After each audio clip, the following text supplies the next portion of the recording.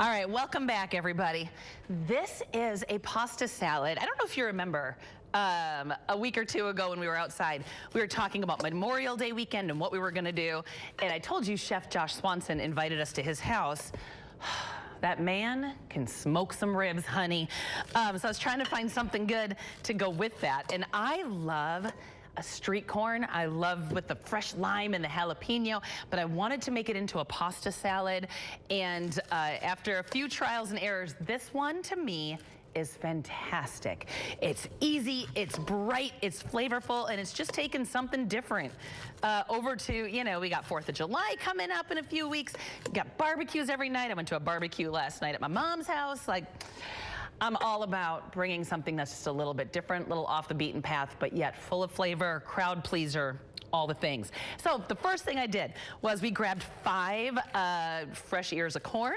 You can use frozen corn if you want, but it's summertime, honey. Get some fresh corn.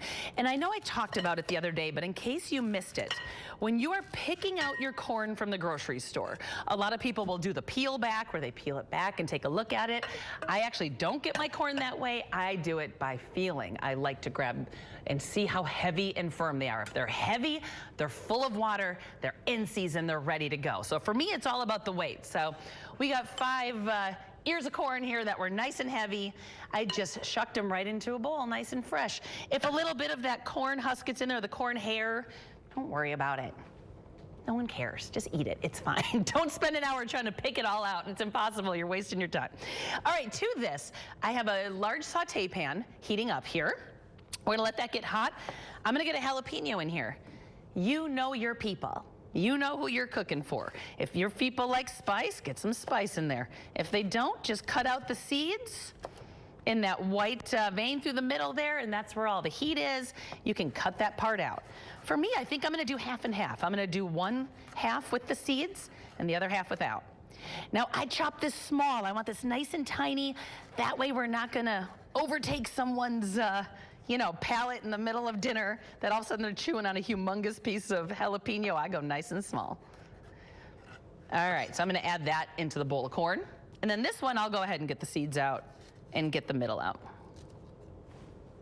That's where most of the spice is. It's just kind of through the middle. I just kind of pull it out, and then I do a tap over the garbage can, get most of the seeds out.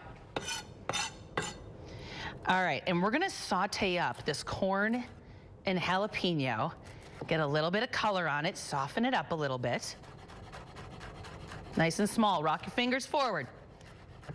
While I'm doing this, I want to talk to you all real quick about our newsletter. So you see us talk about the newsletter sometimes. We've made a couple of adjustments. And the biggest adjustment is that it now comes on Fridays instead of the following week. So it kind of sets you up for the weekend. So we take our 5 most popular recipes, the 5 biggest recipes from that week. We email them over to you, and they come PDF. They have a little link for PDF, so they're easy to print. So make sure to sign up for our newsletter. Ooh, this is nice and hot. That's what I'm looking for. This is going in. See how hot that pan is? I want some color, honey, on this corn. So let's get that in, get that big old sizzle going. Love it. I'm going to use this bowl again. You don't need to rinse it out.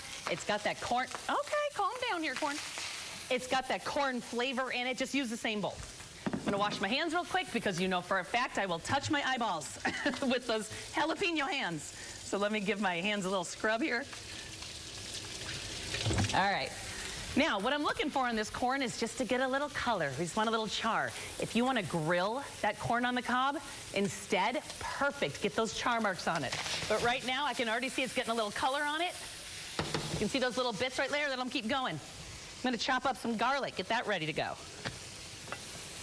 Because we're going to be adding some garlic into here. Now, on the side here, I have some pasta. It's cold. That is called ditalini pasta. You can use whatever small pasta you like. Orzo works really well for this as well, but I'm going to tell you, this little ditalini pasta, the reason I love it is because it's the same size as the corn, so everything just kind of melds together really well. You don't have a huge pasta and then a teeny piece of corn. It all gets scooped up really easy. All right. It doesn't take long for this corn to get a little color on it, as you can tell.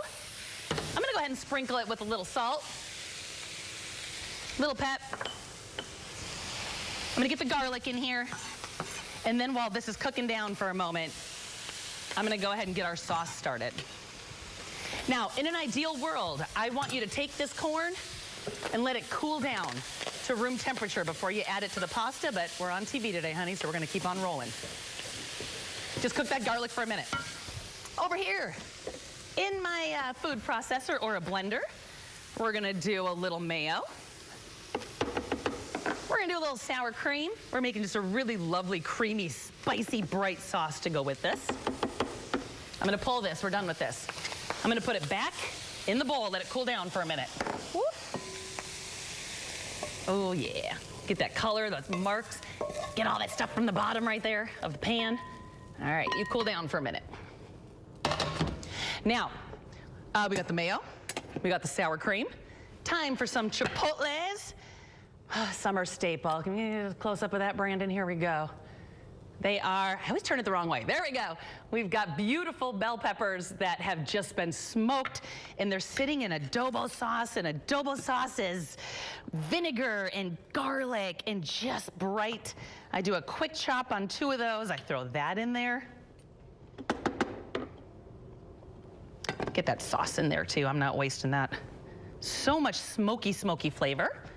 Let's go ahead and get, I'm gonna juice 2 limes to start with and see where we're at after that. I got slippery hands here from the chipotle. Let me get that. Fresh lime juice, always. You want that brightness. You don't want to be using that bottled stuff. And my kids even like this dish when I brought it over to Josh Swanson's house. So. But like I said, that man, I'm telling you, make friends with chefs. Your life is infinitely better when you surround yourself with people who can cook. All right, so we got lime juice, chipotle, sour cream, mayo. We're gonna go a little bit of salt, a little bit of pep. Give this a good whirl around. Then we're gonna start tossing everything together. Now, for my pasta, it's been cooled down. We're gonna pretend this is cooled down, all right? Go ahead and add in. It was 2 cups of dry pasta. To this, we're also gonna add cotija cheese. It is so fantastic. It's salty. If you don't have it, feta will work. But that cotija cheese is, oh, calm down, child. It's just absolutely delicious. We're gonna do a little bit of green onion. And then our sauce and a little cilantro if you like it. And I'll probably just sprinkle the cilantro over the top. Get some fresh green onions in there. Let's get our sauce in here. It's spicy, it's bright. Look at that. And I like to sauce it like probably about an hour before I serve it. Make everything else ahead of time. Sauce it right before you need it. Let it soak in for about an hour. And it is just delicious. Now, if you want to make this into a meal, now's your time to stir in some grilled chicken, some grilled shrimp. Absolutely delish. Honey, let me get this in a bowl here. I'll top it with some fresh cilantro. I'll show it to you when we get back.